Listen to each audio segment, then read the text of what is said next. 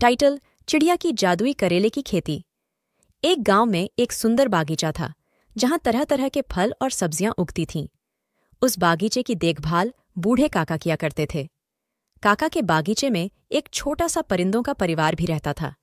इनमें से एक छोटी चिड़िया, जिसका नाम था मीना, बेहद चंचल और समझदार थी। एक दिन मीना ने देखा कि काका कुछ परेशान हैं। काका ने सभी फलों और सब्जियों की अच्छी देखभाल की थी, लेकिन करेले के पौधे में फल नहीं आ रहे थे। मीना ने सोचा कि उसे काका की मदद करनी चाहिए। मीना ने अपनी माँ से सुना था कि जंगल के दूसरे छोर पर एक जादुई पेड़ है। उस पेड़ में एक जादुई शक्ति थी जिससे किसी भी पौधे को फलने फूलने में मदद मिलती थी। मीना ने ठान लिया कि वह उस जादुई पेड़ से कुछ शक्ति लाकर काका के करेले के पौधे को बचाएगी। अगली सुबह मीना उड़कर जंगल के दूसरे छोर पर पहुंची। वहां उसने देखा कि सचमुच एक चमकीला पेड़ था जो सुनहरे पत्तों से भरा हुआ था।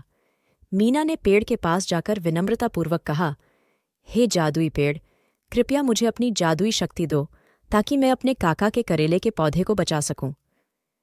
पेड़ ने अपनी शाखाएं हिलाईं और एक छोटी सी सुनहरी बूंद मीना की ओर भेजी।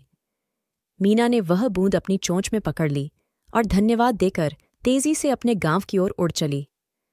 गांव पहुंचकर मीना ने वह जादुई बूंद काका के करेले के पौधे पर गिरा दी। देखते ही देखते करेले के पौधे में नई पत्तियां और फूल आने लगे। कुछ ही दिनों में पौधा भरपूर फलने लगा और उसमें सुंदर और ताजे करेले लटकने लगे। काका की खुशी का ठिकाना न रहा। उन्होंने मीना को धन्यवाद दिया और उसके लिए विशेष दाना और पानी की व्यवस्था की। गांव के लोग भी मीना की समझदारी और हिम्मत की प्रशंसा करने लगे। अब हर कोई मीना को प्यार से जादुई चिड़िया कहकर बुलाता था। इस प्रकार मीना की चतुराई और साहस से काका के बागीचे में फिर से खुशहाली आ गई और सभी लोग सुखी और संपन्न हो गए। मीना का नाम गांव में हमेशा के लिए अमर हो गया। इस कहानी की शिक्षा यह है कि समझदारी और साहस से कठिनाइयों का समाधान संभव है।